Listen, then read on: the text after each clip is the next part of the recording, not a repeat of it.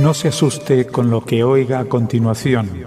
Es el eco del pasado cuando empezaron las emisiones de Radio Sefarad a finales de enero del 2004 y cuyos informativos semanales hemos reunido para revivir lo que entonces pasaba desde la perspectiva de nuestro tiempo.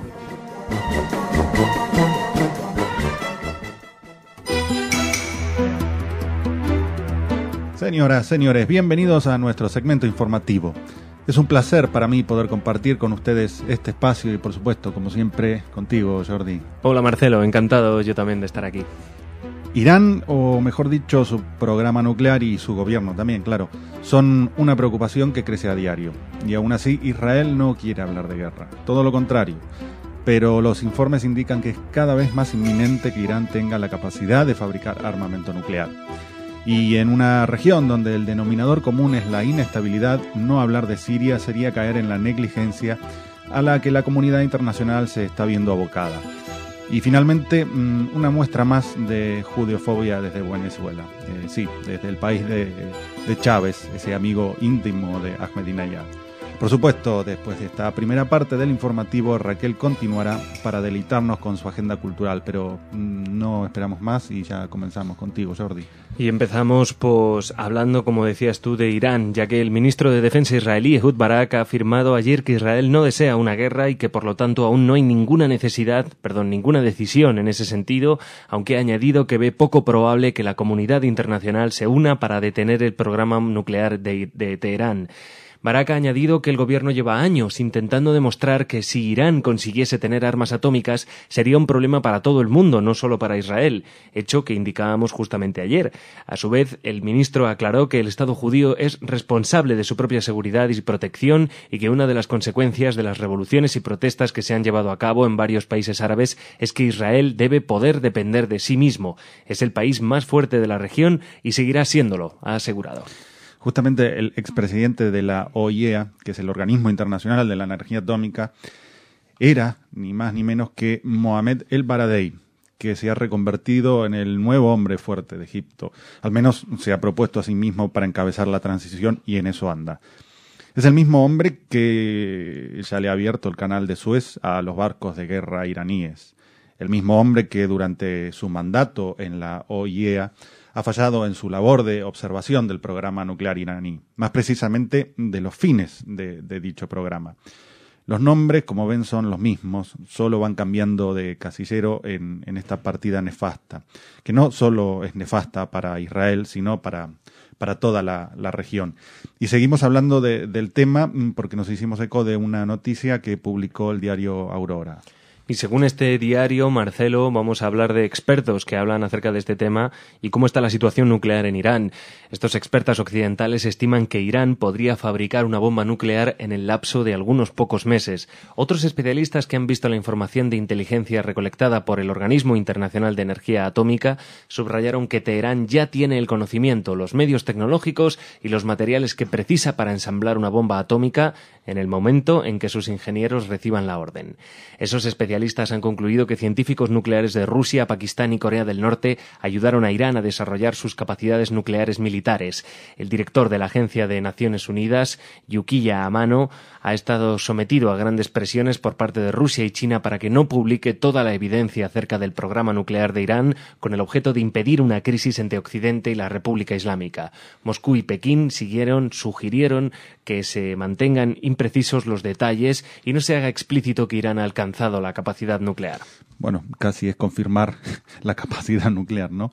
El Belfer Center de la Universidad de Harvard publicó un ensayo de James Lindsay y Ray Takiye en el que los autores sostienen que Estados Unidos puede contener a Irán, aún si éste desarrolla un arsenal nuclear. Esto se lograría manteniendo límites muy precisos e inamovibles que Teherán no podría cruzar sin arriesgarse a algún tipo de represalia. Por ejemplo, dicen, si Irán utilizase armamento nuclear o lo transfiriese a una tercera parte o invadiera a sus vecinos o aumentara su apoyo a grupos terroristas como Hamas y Hezbollah, los Estados Unidos se verían compelidos a responder, aunque las medidas que elija adoptar no estén especificadas de antemano. Este argumento, dicen, refleja la posición de muchos funcionarios de Estados Unidos y Europa. Aún así, es muy difícil adherir sin recelos a este ensayo tan pragmático cuando Ahmadinejad reitera una y otra vez su intención de borrar a Israel del mapa, y la posibilidad de que Hamas y Hezbollah se hagan con material nuclear no es tan irreal en este escenario. Y en este escenario tan vasto que es el Medio Oriente, encontramos a Siria también. Seguimos hablando de Siria porque la represión en este país causó la muerte de más de 3.500 personas, según indicó ayer en Ginebra el alto comisionado de la ONU para los Derechos Humanos. Militares y fuerzas de seguridad mataron a más de 60 personas, 19 de ellas el domingo, el día de la gran fiesta musulmana del sacrificio, desde que Damasco aceptó el plan de la Liga Árabe del pasado 2 de noviembre, según señaló Rabina Shamdanazi, portavoz de este organismo. Si bien el gobierno sirio anunció la liberación de 553 prisioneros el sábado, miles más siguen detenidos y se sigue arrestando a decenas de personas por día, indicó Shamdanazi, a la vez que lamentó que las tropas sirias sigan usando tanques y armas pesadas para atacar zonas residenciales de la ciudad de Homs. Y mientras tanto, se reproducen las conferencias creadas ad hoc para juzgar a Israel. Mientras tanto, los civiles sirios son masacrados brutalmente ante el silencio negligente y yo creo que ya a esta altura cómplice de la llamada comunidad internacional. La conferencia de Durban calla, el tribunal Russell más de lo mismo. Tal vez para estos organismos tan dedicados a la protección de los derechos humanos hay hombres y mujeres cuyas vidas valen menos que otras o su valor se otorga de acuerdo a quién se señale como culpable. Este lunes pasado, la oposición siria pidió protección internacional para la población civil frente a una represión cada vez más mortífera por parte de las fuerzas del régimen. Lo siguen ignorando. Como otros siguen ignorando otras cosas, por ejemplo, desde la televisión venezolana.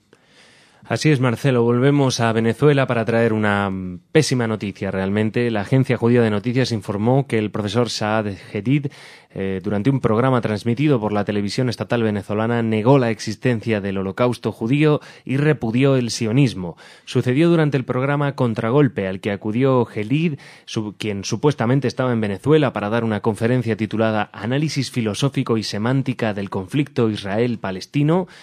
Mientras daba un anticipo de su conferencia, Jedid declaró, entre otras cosas, que Theodor Herzl, el padre del sionismo, era una persona enferma y paranoica, e incluso dio a entender que había una estrecha colaboración entre los nazis y los judíos para crear el implantado Estado de Israel. Al referirse al holocausto, Jedid negó su existencia, diciendo: «El holocausto es una palabra que significa estrictamente la quema total de un animal, por lo que no hay holocausto judío. Los ideólogos judíos tienen una habilidad extraña para ocultar las cosas a través del uso de la palabra». Habilidad tiene este hombre, ¿no? Pero lo más increíble es que permitir el acceso de este tipo de comentarios en los medios de comunicación del Estado es patrocinar, y esto incluso lo dijo la Benay Berid, directamente la judiofobia y el odio. Es terrible que uno ya no se extrañe de estos hechos, además, en la televisión pública venezolana. Primero porque su presidente, Hugo Chávez, es abiertamente contrario al Estado de Israel, es íntimo amigo de Ahmadinejad, lo acabamos de decir, con todo lo que ello implica, y porque la televisión estatal venezolana invita a personajes para que expresen su odio hacia Israel y hacia los judíos, para robarle la historia al pueblo judío y para torcer los hechos y crear una intrincada red de mentiras y medias verdades. Y así se va creando la opinión pública en Venezuela respecto de este tema. Muy bien, ahora va a venir Raquel con sus noticias culturales. Esperamos que para levantarnos un poco el ánimo después de estas noticias. Pero antes nos despedimos de Jordi. Hasta mañana, Marcelo. Gracias. Hasta mañana. Gracias a ti.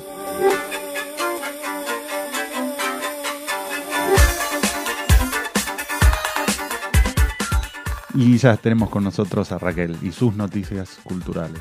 Hola Marcelo, hola a nuestros oyentes. Y la primera veo que es muy buena, ¿no? Bueno, es muy buena y participativa, porque el Mar Muerto puede ser una de las 7 nuevas maravillas de la naturaleza. Es un concurso internacional que acaba justo el 11 del 11 del 2011. O sea que aún estamos a tiempo para votar al Mar Muerto para que sea lo que les decimos, una de las siete nuevas maravillas del mundo. La dislexia, qué mala es. Es muy mala. Y bueno, es gracioso porque la noticia nos llega a través de la Oficina de Turismo de Israel en España y su lema es vote al más salado. No sé si en Argentina se dice... No, pero después de llevar un tiempo aquí ya uno sí, sabe. ya sabes que una persona salada es una persona graciosa. Sí. Bueno, pues el Mar Muerto, por supuesto, es el más salado y el más simpático. Entonces, para nosotros al menos, de estas 7 posibles nuevas maravillas de la naturaleza, les animamos a que voten por el Mar Muerto. Yo ya voté, ¿eh? ¿Tú ya has votado? Sí. Muy bien. Bueno, hay gente que se aburre mucho, Marcelo, en la vida. Pero muchísimo. Mucho. Y un buen ejemplo de estos aburridos son la Red Solidaria contra la Ocupación de Palestina, que tiene las siglas RESCOP. Entonces, esta red que aglutina en España a más de 30 organizaciones de apoyo al pueblo palestino, ha pedido al cantaor José Mercé que anule el concierto que tiene previsto ofrecer el próximo día 29 en el Museo de Israel, en Jerusalén. Dicen que actuar para Israel supone actuar para un Estado que ejerce una prolongada y cruel ocupación de Palestina y vulnera, afirman desde la plataforma, desde la Red Solidaria contra la Ocupación de Palestina, que vulnera los más elementos derechos humanos de la población palestina.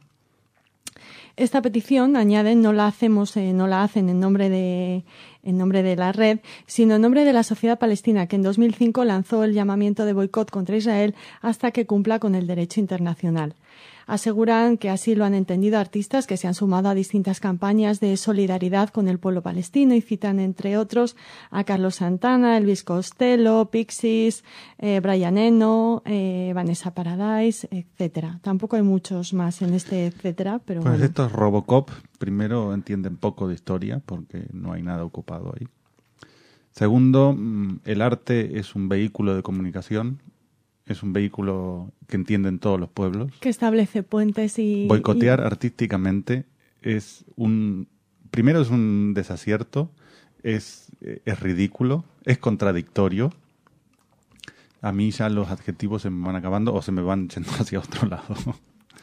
Sí, bueno, dicen que así lo han entendido, aparte de estos nombres de artistas que se supone que boicotean a Israel, desde la Red Solidaria contra la Ocupación de Palestina, dicen que así lo han entendido también las más de 300 personas que a las pocas horas de hacerse público el concierto de José Mercé en Jerusalén han inundado de peticiones de cancelación del recital su Facebook y otros sitios de Internet, y esperan que esto, conmueva al cantaor, que no creemos que se vea muy conmovido por estas 300 personas 300 y la Red personas Solidaria. Inundaron. Sí. Bueno, tendrían una sala muy chiquita, ¿no? Porque 300 personas. Bueno, de nosotros toda España. Que no apoyamos a estos aburridos, les comentamos que el concierto flamenco de José Mercé en el Museo de Jerusalén a finales de mes se enmarca dentro de las actividades puestas en marcha con motivo del 25 aniversario de las relaciones diplomáticas entre España e Israel, en las que, como ya comentamos en este informativo, se incluye la cesión temporal del Museo del Prado de un óleo del Greco. ¿Te acuerdas que hablamos habíamos hablado de esta iniciativa? Y bueno, va a haber también una programación dentro de la Cinemateca de Tel Aviv de una semana de películas españolas. Pues muy bien. Seguimos. Con jazz, ¿no? Sí. Seguimos con música, en este caso la música de un guitarrista israelí, Gilad Hesselman, que va a estar en Badajoz en la 24ª edición del Festival Internacional de Jazz de Badajoz, que se celebrará del 9 al 12 de noviembre. Empieza mañana. Y bueno, comentar que este guitarrista israelí, tiene un trío que es considerado uno de los más prometedores de la escena internacional y que en el concierto combinará el jazz con ritmos funk, soul y hip hop. Así que Pues, nos parece muy interesante bastante... y si están en Badajoz, les invitamos a participar en este 24º Festival de Jazz, sobre todo asistiendo al concierto de Gilad Hesselman. Parece un jazz con mucho swing, como dicen los jazzistas. Sí. Seguimos hablando de otro artista israelí que está en España. Bueno, de hecho, está afincado en Madrid, vive en Madrid. También hemos hablado de él y de su arte en este informativo. La Comunidad de Madrid, bueno, me refiero a Sharon Friedman. La Comunidad de Madrid acogerá hasta el próximo 27 de noviembre la mayor cita internacional de danza con 25 producciones que se podrán ver en escenarios de toda la región, de toda la Comunidad de Madrid. A nosotros nos interesa especialmente las actuaciones de Sharon Friedman, que serán el día 11 y 12 de noviembre, con su aclamada obra Al menos dos caras, de la que también les hemos hablado en este espacio. Este trabajo, realizado en colaboración con el bailarín Arthur Bernard Bassin, plantea la cuestión de la mirada subjetiva que nos lleva a investigar los límites entre realidad y fantasía. Ha obtenido muchísimos premios y bueno, es una de las joyas de este festival de danza que podremos disfrutar en Madrid. Lindo, además, el nombre eso, ¿no? Y lo que intenta despertar. Vamos a tener a Sharon y nos va a contar más de esta participación y de su trabajo en El telón y la estrella muy pronto. Y nos vamos con una noticia que nos traslada a Cataluña, a Reus, a la población de Reus. Allí se están organizando un ciclo de conferencias sobre la cultura judeo-catalana. Comenzaron el día 25 de octubre y se alargarán hasta el 22 de mayo. O sea que es un ciclo de conferencias muy interesante y prolongado en el tiempo, lo que denota que tienen interés en estudiar esta cultura judeo-catalana en esta población. Todas las conferencias son a las 8 de la tarde, están abiertas al público, son gratuitas y se celebran en la Biblioteca Central Xavier Amorós. La próxima es el 22 de noviembre de 2011 y se hablará sobre las ceremonias y fiestas judías, el pasado y el presente. Así que les animamos también a participar en este ciclo de conferencias. Sí, y celebramos además todas estas iniciativas, ¿no? Que son muy saladas. Eso mismo, muy saladas. Como el Mar Muerto, voten. Yo lo del Mar Muerto me acuerdo más lo de la arena y el barro. Los barros, claro, no olvidas. Te dejan la piel. No olvidas la foto de tu bar israelí. Bueno, por eso fui yo. ¿Has visto la foto? Es que a mí en la foto no se me ve porque estoy confundido con el barro. Pero claro, estabas ahí con ella. Incluso a lo mejor le ayudaste a ponerse pero bueno, son intimidades que no quiero contar. Bueno, pues sabes que ella publicó un perfil social, una foto suya, es en el Mar Muerto con el barro, que estaba, claro, espectacular. Yo le saqué la foto. Espera, perdona.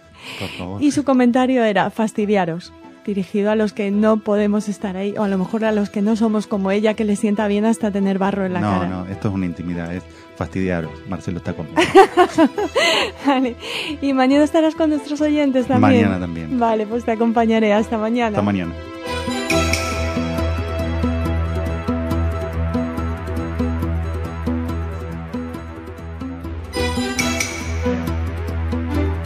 Señoras, señores, bienvenidos a nuestro segmento informativo. Es un placer para mí poder compartir con ustedes este espacio y hoy contigo, Raquel. Sí, hoy sustituyo a Jordi. Así es. Hoy la OIEA, que es la Organización Internacional de la Energía Atómica, confirmó lo que ya se sabía. El programa nuclear iraní es un programa militar y supone una amenaza no solo para Israel, sino para Europa. En el caso de Gaza no hablamos ya de amenazas, sino de una práctica usual, el disparo de misiles hacia las poblaciones civiles del sur de Israel. También repercute contra las poblaciones civiles la política siria de colocación de minas en el Líbano. Por supuesto, luego de esta primera parte del informativo, continuará en este caso Raquel con la agenda cultural. comenzamos ya, Raquel. Sí, pero ahora voy a hablar de Irán. Menos cultural. Finalmente se ha dado a conocer el informe del Organismo Internacional de la Energía Atómica. Si ayer ya hacíamos mención en este informativo a la preocupación ante un Irán nuclear, hoy esos temores vienen a confirmarse. Un informe de la OIEA detalla una serie de pruebas, adquisición de materiales y tecnología que sugiere que Irán ha trabajado de forma continua para producir armamento nuclear desde 2003. El organismo tiene serias preocupaciones en lo relativo a las dimensiones militares posibles del programa nuclear iraní, sostiene la OIEA en el informe, que incluye un anexo de 13 páginas con descripciones técnicas claves de la investigación llevada a cabo. Por su parte, la agencia judía de noticias informó que el canciller francés sostuvo que si Irán rehúsa aceptar las demandas de la comunidad internacional y se niega a cualquier cooperación seria, habrá que adoptar con otros países que estén dispuestos sanciones en una escala sin precedentes. Bueno, más allá de la amenaza directa de un arsenal nuclear en manos del régimen de los ayatolás, la preocupación tiene otras vertientes. Creo que ya lo habíamos comentado, que es la transferencia de material nuclear a Hamas y Hezbollah, más precisamente de plutonio enriquecido, que es un material radiactivo con una vida media muy, muy larga. La tecnología para fabricar una bomba de las llamadas sucias está en posesión de estos grupos, pues solo precisan un proyectil sencillo, ellos ya cuentan con misiles que de caseros no tienen nada, y explosivo común, como por ejemplo puede ser el famoso TNT. La explosión no sería nuclear, pero contaminaría e inutilizaría un espacio muy grande. Por ejemplo, si tomamos la Plaza Mayor de Madrid como referencia, tendríamos que trazar un radio de unos 1.000 a 2.000 metros alrededor de la plaza. Por supuesto, esto ocurriría durante un largo periodo de tiempo. Entonces, yo pregunto ahora, ¿se comprende la preocupación israelí? Debería, ¿no? Debería. Y seguimos, bueno, en este sentido, porque bueno, fue un poco la noticia del día, si bien ya era un poco evidente. El presidente de la Comisión de Defensa y Exteriores del Parlamento de Israel, la Knesset, Shaul Mossav, declaró: nos estamos acercando a una realidad constituida por el equilibrio del terrorismo en Oriente Medio y los misiles de largo alcance de Irán, cubriendo la mayoría de las capitales europeas. Todo el que piense que es inmune a esta amenaza, se refiere el presidente de la comisión, está cometiendo un error. También sostuvo que las conclusiones del informe no son novedosas para Israel, pero exponen, dijo, el verdadero rostro de Irán y sus intenciones. El informe constituye una oportunidad para que el mundo libre actúe, puntualizó. Mossad, ex jefe del Estado Mayor del Ejército de Israel, de Defensa de Israel, señaló que una acción militar de cualquier tipo y particularmente de Israel es la última y peor opción, pero todas las opciones deben estar listas sobre la mesa. Bueno, el rango de alcance de los misiles iraníes se conocía, y se conocía que además se encontraban en varias capitales, sobre todo las mediterráneas de Europa. Y claro, y se preguntarán, ¿qué tiene esto que ver con Europa? Pues muy bien, en la visión islamista, gran parte del territorio europeo es Dar al-Islam, es decir, tierra del Islam.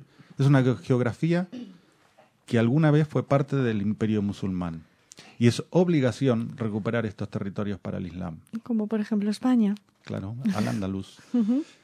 Y uno se preguntará, y bueno, ¿y el resto del mundo qué le importa a Estados Unidos, por ejemplo? Pues el resto del mundo es Dar al-Harb, la casa de la guerra, y está conformada por los países no musulmanes. Ya el nombre lo dice todo, la casa de la guerra. Entonces, yo me pregunto, ¿queda clara la amenaza de un Irán nuclear? ¿Puedo repetir lo de debería que he dicho antes? Sí. La fuerza, continúo con las noticias, la Fuerza Aérea de Israel atacó un centro de operaciones terroristas en el sudeste de la Franja de Gaza, según informó la agencia judía de noticias, haciéndose eco de las palabras del portavoz de la Fuerza de Defensa de Israel en una declaración. El objetivo fue atacado en respuesta a un ataque previo con un misil al sudeste de Israel. Antes, un misil Qassam había sido disparado desde Gaza y explosionado en Sa'ar HaNegev. No se informaron heridos ni daños en el ataque. Durante el fin de semana, un trabajador tailandés sufrió heridas a causa de un misil disparado desde Gaza, que cayó en Jos Ashkelon. El portavoz sostuvo que los elementos palestinos aprovecharon su presencia cerca de la frontera para plantar explosivos y minas y planear ataques y secuestros a soldados israelíes. Esta presencia es una amenaza para los ciudadanos israelíes y las fuerzas de seguridad que operan en el área. ¿Y dónde se informó sobre los ataques palestinos? No aparece en los grandes titulares de los informativos ni en los pequeños. En los periódicos. Para el mundo, no sé, Israel se encuentra en un estado de paz. Entonces, por lo que cualquier acción es una violación a los derechos humanos. En cambio, para el mundo, los palestinos se encuentran en un estado de guerra, por lo que cualquier agresión es una legítima acción de guerra. Esto es parte del doble rasero que además opera de otras formas, pero esta es una de las menos tal vez explícitas. Y en tanto y en cuanto se sigan manteniendo las asimetrías morales e interpretativas, no se puede esperar ni siquiera voluntad de lograr la paz por parte de los palestinos. Con este desequilibrio, los líderes palestinos no tienen responsabilidad alguna ni ante sus ciudadanos, ni ante el derecho internacional, y mucho menos ante la opinión pública. Continuamos. Según informó el periódico Aurora, el presidente del Tratado Internacional que prohíbe las minas antipersonales, Ahmed Turdui, pidió ayer a Siria que se abstenga de colocar estos explosivos y retire los que pueda haber dispersado en Líbano. Turdiu reaccionó de esta manera a las recientes informaciones sobre el uso de minas por parte del ejército sirio en el Líbano, tomando como fuente el testimonio de comunidades afectadas como Naider y Al-Hainex en la frontera entre Líbano y Siria, cuyo objetivo sería bloquear el contrabando de armas. La colocación de minas en el Líbano, dicen, impide el uso de tierras para fines agrícolas. Tal vez si fuese en Palestina ya habría vociferantes por todas partes clamando contra Siria. Pero es el Líbano. Además, ya se han informado sobre casos de personas que han sufrido amputaciones como consecuencias de la explosión de estas minas. Sobre todo es muy peligroso para los chicos. Esto es una clara violación a los derechos humanos, una más, que se viene a sumar a la matanza de sus propios gobernados. Y todo con la excusa de bloquear el contrabando de armas. Me imagino que no será el que pasa de Siria hacia el sur del Líbano para alimentar el arsenal de Hezbollah. Ese seguramente no. Eso está muy bien nutrido, lamentablemente. Así es. Y bueno, finalizamos esta parte y continuamos contigo, Raquel.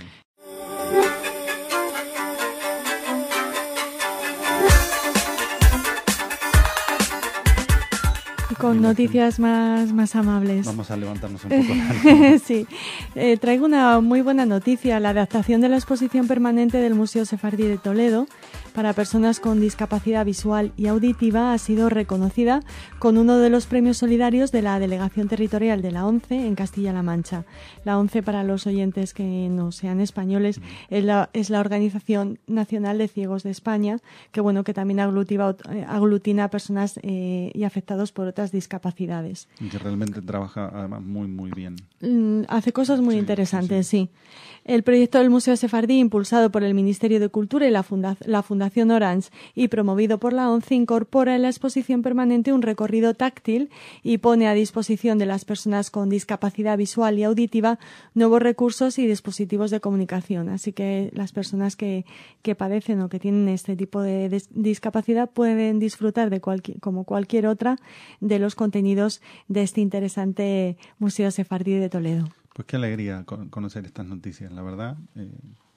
Cambia un poco la tónica de lo que venimos contando recién. Ahora nos vamos de cumpleaños. A ver. Vamos a felicitar a Noah Gordon, porque el próximo viernes cumple 85 años. Bueno, es un autor de sobra conocido por nuestros oyentes. Es un fabricante de bestsellers, muchos con temática judía, la mayoría. Sí. Y a nosotros, nos acerca un poco que es un amante confeso de España y de la cultura española. Unas notas biográficas rápidas. Es hijo de inmigrantes judíos rusos, nació en 1926 en Massachusetts. Y entre sus primeras novelas figura El rabino, que es la primera con temática judía. Uh-huh. Luego, por supuesto, El médico. Esa fue famosísima. Que fue su primer gran éxito. Y El judío, sobre la Inquisición española y la persecución de los judíos durante el siglo XV en Zaragoza, que también es muy interesante para nosotros.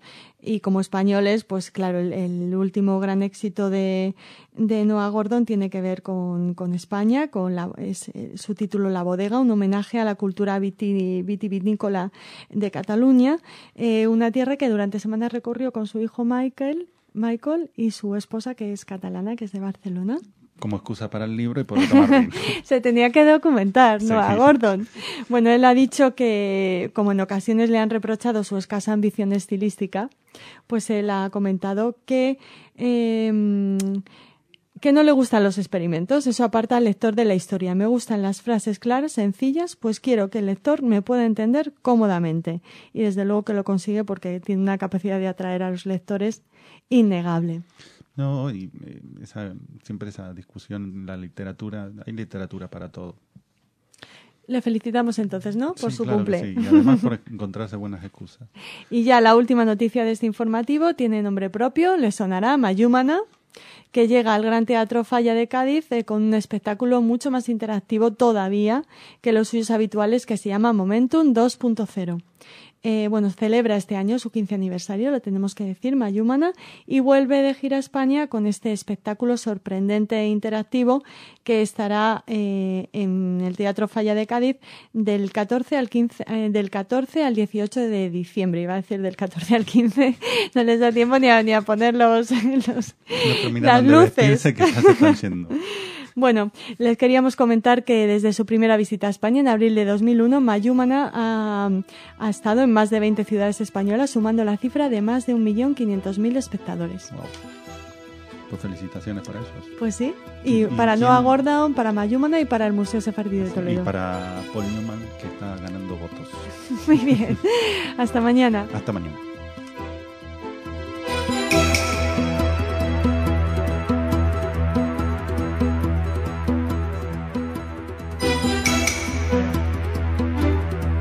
Señoras, señores, bienvenidos a nuestro segmento informativo.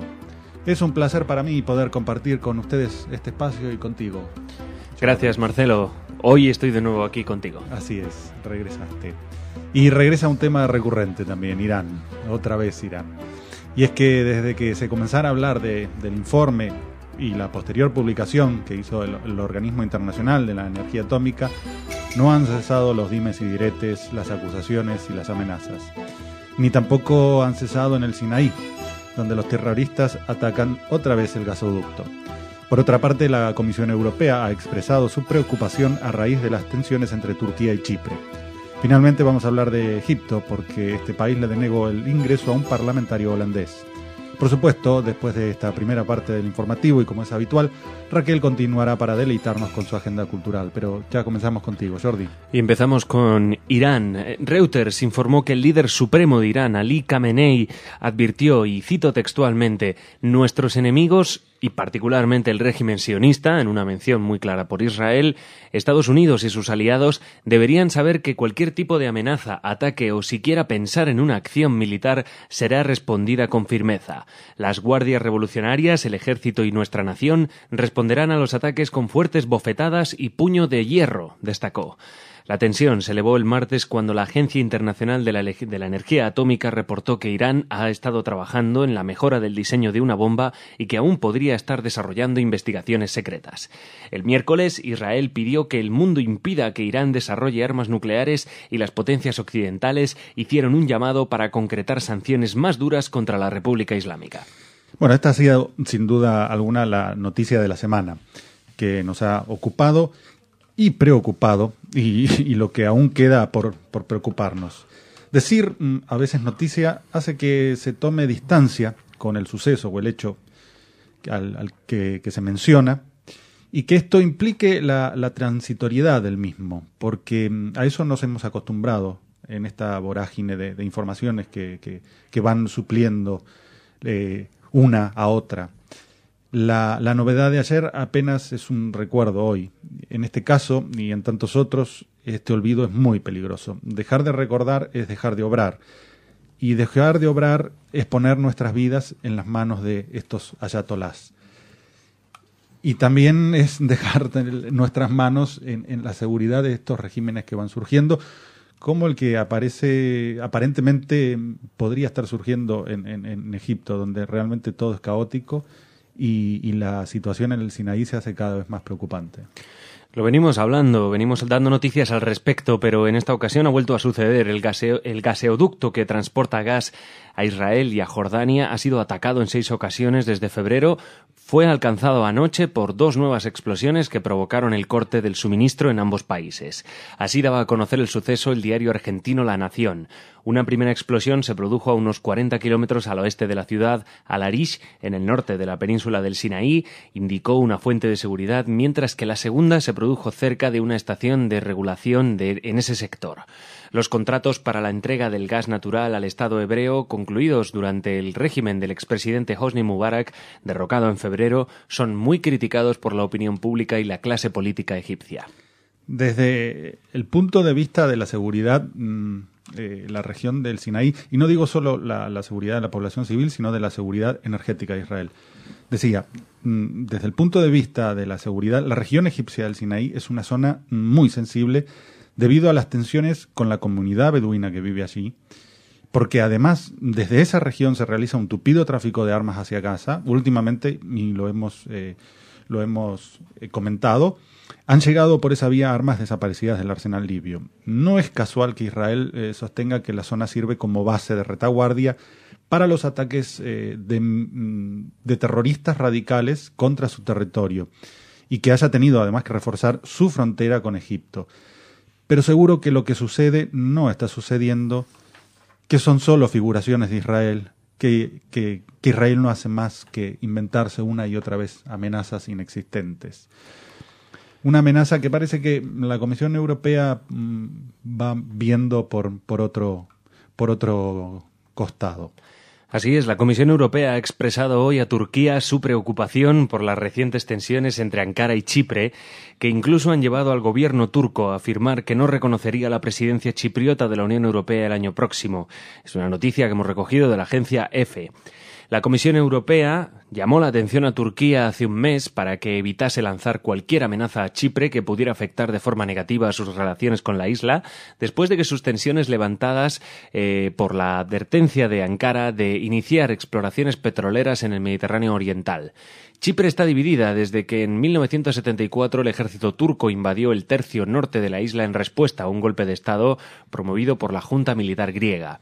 Además, han llamado la atención al ministro turco sobre las recientes detenciones de intelectuales turcos y sobre las dudas que representa para la Comisión Europea la nueva legislación antiterrorista de Turquía. Así es, desde 1974 hay un territorio ocupado por Turquía, pero todos lo llaman el lado turco de Chipre. Esto está desprovisto de connotaciones o críticas. Turquía amenaza a Chipre, no reconoce su soberanía. El baile de máscaras de la hipocresía sigue al son de la negligencia de todo el mundo. Abrir los ojos es un acto voluntario, cerrarlos también. Quien diga que no ve porque ha decidido cerrar su razón no puede culpar a nadie por ello. Y quien siga sin ver y diga que ve ciertas zonas del espectro lumínico únicamente es un cínico. Y bueno, sobre cinismos también vamos a hablar ahora. Vamos a terminar, Marcelo, con una noticia que nos llega desde Egipto. Las autoridades egipcias impidieron, según la agencia EFE, la entrada al país del diputado de la derecha holandesa Raymond de Roon por acusar a Egipto de ser gobernada por una dictadura ante el Parlamento holandés. En un comunicado, el ministerio añadió que el partido al que pertenece Raymond, el PVV, considera el Islam como una ideología y no como una religión, lo que ha sido otro de los motivos de esta decisión. El PVV, dirigido por Geert Wilders, se considera tanto por la comunidad inmigrante musulmana en Holanda como por los musulmanes en el resto del mundo como una formación hostil al Islam. Más allá de que uno pueda estar de acuerdo o no con estos políticos holandeses, es muy cínico toda la presentación de la noticia, ¿no? Este político dice que Egipto está gobernada por una dictadura, no pasa nada cuando un ayatolá tilda de régimen al gobierno de Israel. Además, se presenta a Israel como un estado violento, ahí no hay problema. sino que se crea un foro ad hoc, como el de Durban, por ejemplo, o se acepta sin más el discurso abiertamente judeofóbico de otro iraní, como Ahmadinejad, en la Asamblea de las Naciones Unidas. Entonces, unas declaraciones tienen estatus de opinión, las otras son ataque. Y yo reitero, no digo que Wilders o sus correligionarios tengan o no razón. Lo que intento comprender es cómo, por sistema, una parte de la narrativa tiene derecho a la voz y la otra no. Cómo impedir el ingreso de un extranjero a un país, sea cual fuere, es ejercicio de derecho de autonomía, y en otros casos un atropello, una violación al derecho internacional y a los derechos humanos. Yo creo que la explicación es más que evidente, lamentablemente. Pues yo también, Marcelo. Estoy contigo. Y bueno, ahora viene Raquel con sus noticias culturales a cambiarnos el gesto de la cara. Y Shabbat Shalom. Y Shabbat Shalom. Ya el lunes más. El lunes más. Pero no mejor, porque eso es imposible.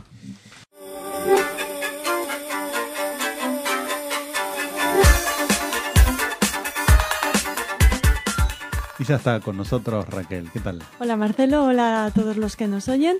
Pues mira, enlazando un poco con la información que seguro que habéis hablado sobre Irán y su maravilloso programa nuclear. Inevitable. Pues yo traigo Amor Nuclear, Guapa. un paso cultural hacia la paz entre Israel e Irán. Amor Nuclear va a ser una película, es un largometraje que está proyectando el cineasta israelí Dror Saul en cooperación con algunos colegas de Irán. Y bueno, no podíamos no hablar de amor nuclear. Sí, no. Esta nueva película tratará sobre dos chicas, una israelí y una iraní. Ambas empiezan a intercambiar mensajes en la popular red social Facebook, y la correspondencia, que es muy franca entre estas dos jóvenes, casi provoca una guerra nuclear entre Israel e Irán. Bueno, podríamos hacer muchos comentarios sobre esto. El primero es si una chica iraní puede acceder fácilmente o libremente a Facebook. Yo me lo pregunto. Yo creo que no. Y además es que tal vez sí, pero para escribir con amigos ahí, pero hablar con una israelí a través de Facebook. Muy complicado. Saúl dice que como cineasta se interesa por cómo viven las personas en aquellos países que no tienen relaciones diplomáticas con Israel. Bueno, pues con dificultades, señor Saúl, en la mayoría de los casos. Ha dicho que van a participar iraníes, pero no ha concretado en qué va a consistir su participación. Y traigo otra noticia. De seguridad para estas personas, me imagino. Pues mira, precisamente hablando de eso, sí. Estamos casi convencidos de que la actriz iraní Marciel Bafamer no creemos que sea una de las protagonistas de este amor nuclear, porque se acaba de salvar de 90 latigazos y 1 año de cárcel por haber protagonizado una película crítica con la situación iraní, con Irán. Esta actriz actuó en la película Mi Teherán en venta, que la calificaron como provocativa en el juzgado que le impuso esta pena, de la que ha sido liberada, pero vamos, que fue condenada. Tras estrenarse en julio de este año, la joven actriz fue arrestada. La producción, que es una coproducción australiano-iraní, trata sobre la falta de libertad de expresión en el país y cuenta la historia de una joven actriz que se ve obligada a vivir en la clandestinidad después de que las autoridades prohibieran su obra de teatro. Entonces, bueno... Casi realizó en la película lo que le iba a tocar después. La verdad es que sí, y le deseamos mucha suerte a Dror Saúl, pero no sabemos si alguna vez veremos en nuestras pantallas Amor Nuclear. Sí, vaya a saber cómo se desarrolla este proyecto.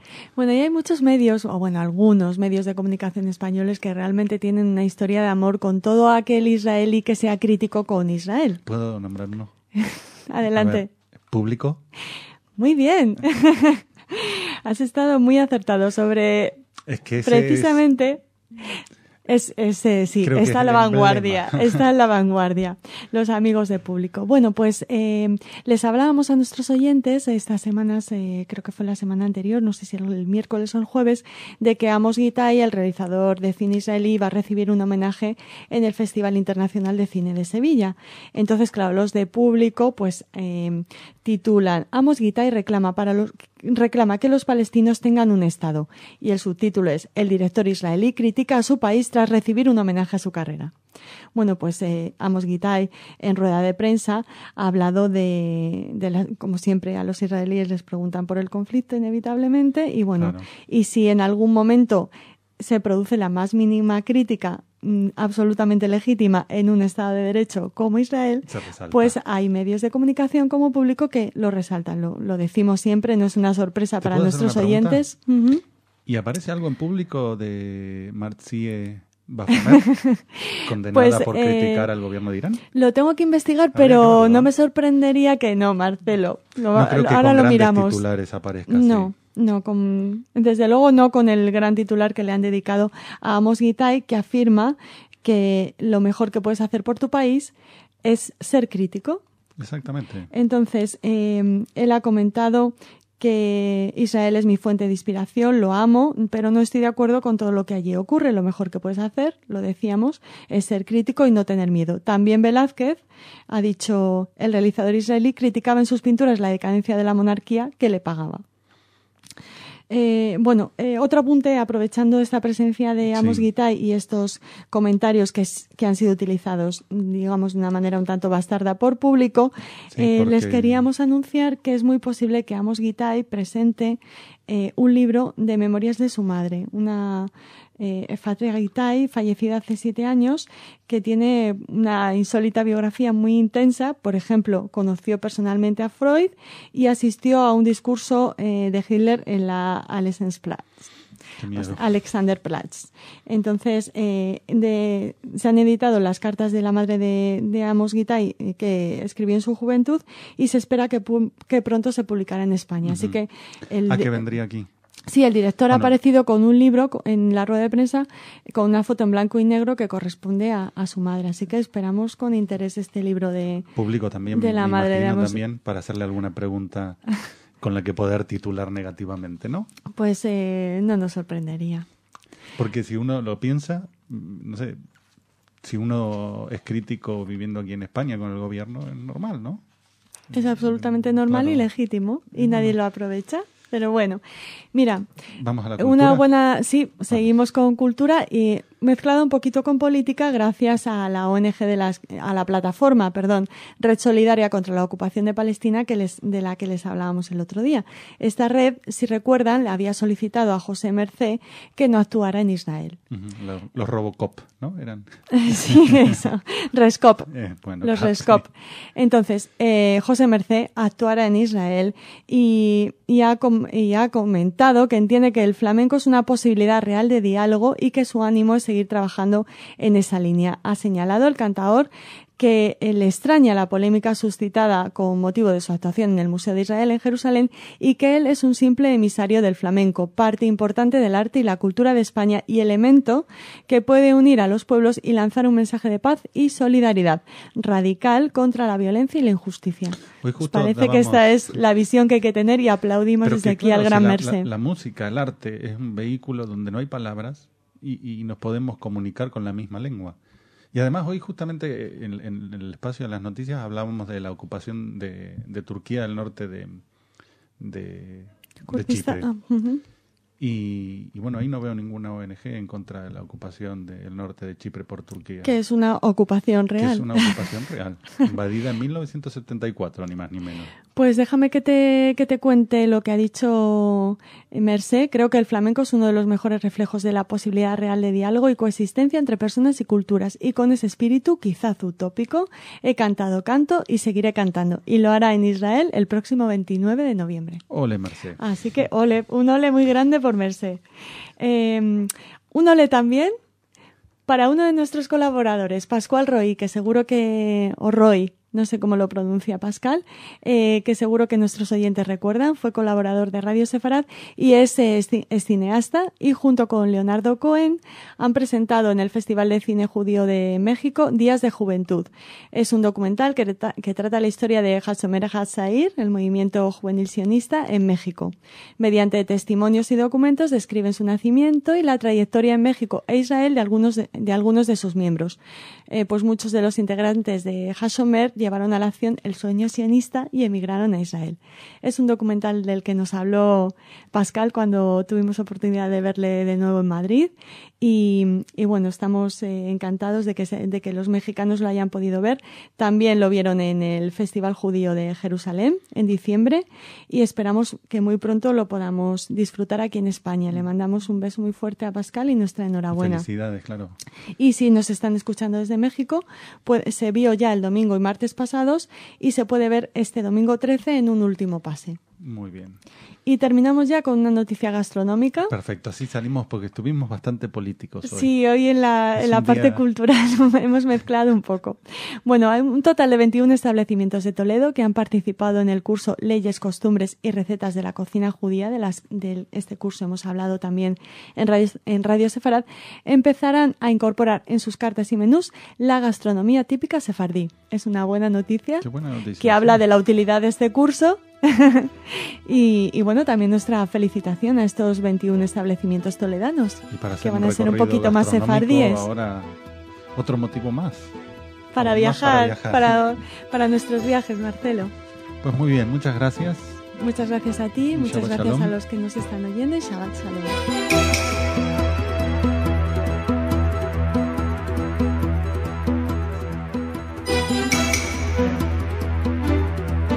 Señoras, señores, bienvenidos a nuestro segmento informativo. Es un placer para mí poder compartir con ustedes este espacio y contigo, por supuesto, Jordi. Gracias, Marcelo, lo mismo digo. ¿Sabes que algo hizo boom en Irán? Una base de misiles. Unos dicen accidente, otros yo no fui, y un tercero que sí, que fue quien dijo no ser. Irán también está en el centro de las palabras, esta ya, si no, no mató pellas. En Siria todo sigue igual, pero solo que ahora Rusia sale en su defensa y mañana será otro día y todo quedará olvidado. Otro día en el que la libertad en Irán, sí, porque hoy le toca a Irán, sigue mermando. Por supuesto, luego de esta primera parte del informativo, continuará Raquel con la agenda cultural. Pero, ¿qué te parece si ya comenzamos? Y comenzamos, como dices, en Irán. Nos hacemos eco de una noticia recogida del diario Aurora que indica que Israel está detrás de la reciente explosión de una base de misiles en Irán, según una fuente de inteligencia occidental a la revista Time Magazine. No le creo a los iraníes que fue un accidente, señaló el oficial occidental a Time, insistiendo en la difundida presunción de que el Mossad de Israel fue responsable de la explosión. A su vez, el oficial señaló que existen más planes de sabotaje contra el programa nuclear de Teherán. La enorme explosión en el depósito de armas cerca de Teherán provocó la muerte de un alto comandante de la Guardia Revolucionaria, el general Hassan Moghadam, un individuo clave en el programa de misiles de Irán. La Guardia Revolucionaria dijo que la explosión accidental ocurrió cuando el personal estaba transportando las municiones. Bueno, como fuere el hecho, algo hay que hacer antes de que Irán tenga capacidad de llevar a cabo sus amenazas. Algo tienen que hacer los dirigentes que se sientan a comer suntuosos manjares mientras deciden, si deciden. Algo hay que hacer mientras en los despachos se afinan los balances del juego geoestratégico. Algo hay que hacer mientras se hacen cálculos de bajas y de costes y beneficios. Algo hay que hacer, porque Israel solo atacará las bases, pero Irán tiene en su mira las ciudades israelíes. Algo hay que hacer porque en esas ciudades hay vidas que quieren ser vividas, que merecen serlo y que tienen el derecho a hacerlo. En definitiva, algo hay que hacer. Y bueno, como algo hay que hacer, hay que continuar con el informativo. Y ahora vamos a hablar del líder israelí, el primer ministro Benjamin Netanyahu. Según la agencia Reuters, ha dicho en un discurso a los ministros de su gabinete que Irán está más cerca de la bomba atómica de lo que se pensaba, a la vez que señaló que el alcance del programa nuclear de Irán no ha quedado reflejado en el informe de la semana pasada de la ONU. El líder israelí no ha especificado qué información adicional tenían sobre el programa nuclear de Irán durante la discusión del gabinete acerca del informe de la Agencia Internacional de la Energía Atómica. Al inicio del encuentro, Netanyahu ha repetido su llamamiento al mundo para detener la carrera de Irán, detener que Irán consiga un arma nuclear antes de que sea demasiado tarde. El organismo de control nuclear de la ONU ha señalado que era creíble la información de que Irán había construido una gran vasija de contención de explosivos para llevar a cabo experimentos hidrodinámicos, lo que es un fuerte indicador del posible desarrollo de armas. Te cuento que la revista Foreign Affairs publica un artículo donde intenta analizar lo que supondría un Irán nuclear y por qué Obama debe actuar para detener el programa nuclear iraní. Para comenzar, dicen que no puede descartarse, por supuesto, un conflicto nuclear entre Israel e Irán, lo más evidente. Dice que la motivación israelí es que podría pensar que tiene un margen muy estrecho de tiempo para lanzar un ataque que aniquile la amenaza nuclear. Por su parte, Irán, temiendo justamente esto, podría utilizar su arsenal contra Israel antes que un ataque preventivo lo destruya. Por otra parte, es sabido que Estados Unidos tiene un trato distinto con los regímenes que tienen armamento nuclear, como por ejemplo el caso de Corea del Norte, contra el trato que ha tenido con países como Irak o Libia en su momento. Esto podría llevar a una escalada armamentística en la región como método de disuasión para intervenciones extranjeras, sumado además a las disputas regionales, por ejemplo la de Arabia Saudita e Irán, que creo que ya la mencionamos. En este sentido hay que recordar que Arabia Saudita tiene muy buenas relaciones y muy buena llegada con el régimen de Islamabad, que es un régimen nuclear.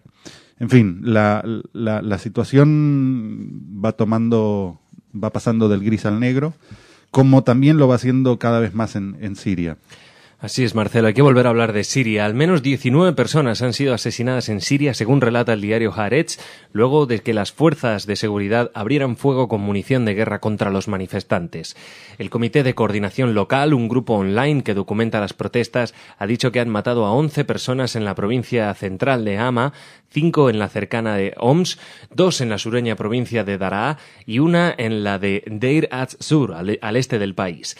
Las protestas se han producido después de que la Liga Árabe suspendiera a Siria y le impusiera sanciones políticas y económicas al gobierno de Assad. También solicitaron a los Estados miembros que retiraran a sus embajadores. Y aún así, Rusia se opone a esta decisión de la Liga Árabe. Su ministro de Exteriores cree que las naciones occidentales están incitando a los oponentes a Bashar al-Assad. La misma Rusia que se opone, por supuesto, a las sanciones a Irán a raíz de este programa nuclear y de lo sabido a través de la Agencia Internacional de Energía Atómica esta semana.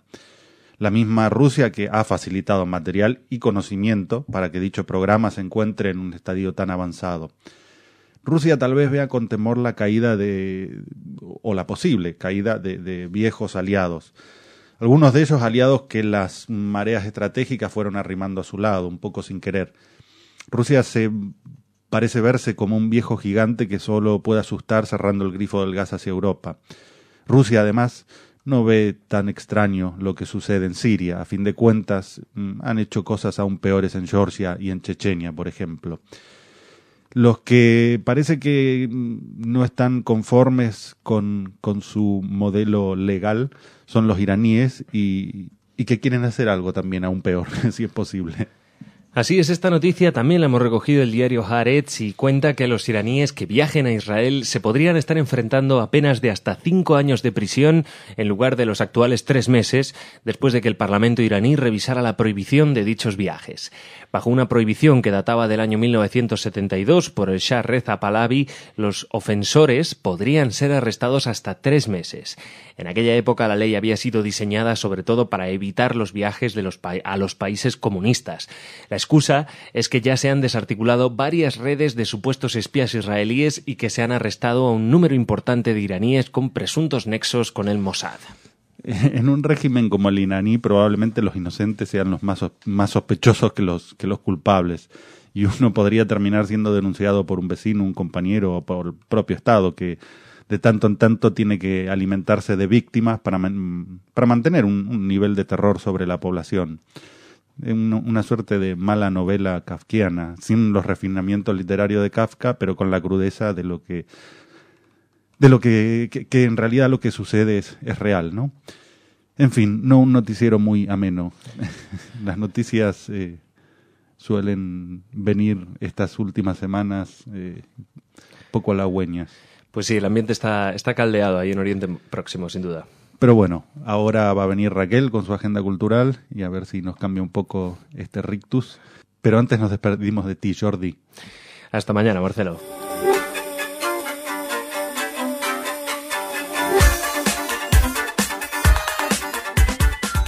Y lo prometido, Raquel está con nosotros. Hola, Marcelo. ¿Qué tal, Raquel? Muy bien. Hola a todos los que nos escuchan.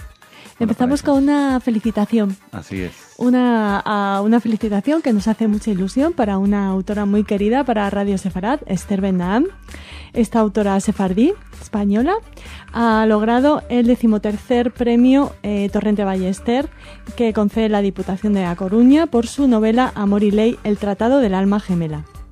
Estamos muy contentos porque además este premio le va a permitir editar en la primera edición 3.000 ejemplares, que está muy bien. Está muy bien, sí, sí. Esther Ben-Naham ha comentado que la obra es una reflexión sobre el amor y la ley en el sentido de mandato y de cómo el mundo impone unas ciertas normas que nos van cambiando.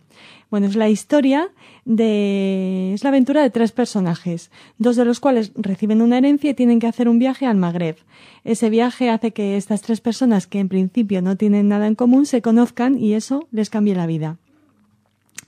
El objetivo del viaje es encontrar un antiguo libro, una herencia familiar, lo que aprovecha Esther Ben-Naham para mostrar al lector aspectos de la cultura sefardí. Para mí, dice Esther, forma parte de mi realidad, de cómo veo el mundo y quiero reflejarlo, hablar con normalidad del mundo judío, algo muy necesario en nuestro país. Muy interesante. Felicitaciones pues para ella y un aplauso muy cariñoso. Y además muy pronto hablaremos con ella en Radio Sefarad. Ya hemos concertado la entrevista para que nos hable de este premio, de este Amor y Ley, el Tratado del Alma Gemela, y de su última novela, Pene, que con este cautivador nombre presentó hace 2 semanas, creo. ¿Quién comprará más ese libro? ¿Los hombres o las mujeres? Las personas inteligentes, no importa su sexo. Pero era una broma, mamá. Bueno, vamos a hablar de otro libro. Es uno en el que Aragón redescubre su legado judío. ¿Sabías que a lo largo de todo el antiguo territorio del Reino de Aragón llegó a haber 100 juderías desde el siglo II, de la era común, hasta el siglo XV? No tenía ni idea. Pues datos como estos son los que ofrece Guía de las Juderías de Aragón de Miguel Ángel Motis, que también es una persona con la que hemos hablado en varias ocasiones en Radio Sefarad. Bueno, la guía recorre la historia de las comunidades judías en Aragón. En ella se puede encontrar la ubicación de las sinagogas, hospitales, cementerios, calles, viviendas, topónimos, linajes judíos que interpelan al lector con sus propias voces en un contexto de convivencia en ocasiones, como no podía ser de otra manera, de persecuciones, conversiones forzadas y finalmente la expulsión de 1492. Pero es una guía que el autor propone para que, volviendo un poco al pasado, redescubramos los tesoros del mundo judío que podemos disfrutar hoy en día en Sefarad. Pues interesante hacer el viaje con la guía, ¿no? Muy interesante. Primero leyendo y después reviviéndola. Has hablado de viajes. Sí, y a vos te encanta viajar. Sí, y sobre todo me mucho. parece que es acá, ¿no? Y si puede ser a Tel Aviv, ¿ves? Mucho mejor. Así que me da mucha envidia Baryshnikov, el bailarín ruso. Qué bueno. Que muy pronto estará en Tel Aviv, nada más y nada menos que en el Susan Delal Center, para actuar durante 9 días. Bueno, tienen 9 actuaciones a partir del 15 de noviembre. Así que los que nos estén escuchando desde Tel Aviv, si quieren ver a Baryshnikov sobre el escenario del Susan Delal Center, están a tiempo. Se presenta con una obra que se llama In Paris. Y bueno, tiene 63 años Baryshnikov, sí. Pero bueno, nació con Israel. Sí, mira. Es verdad.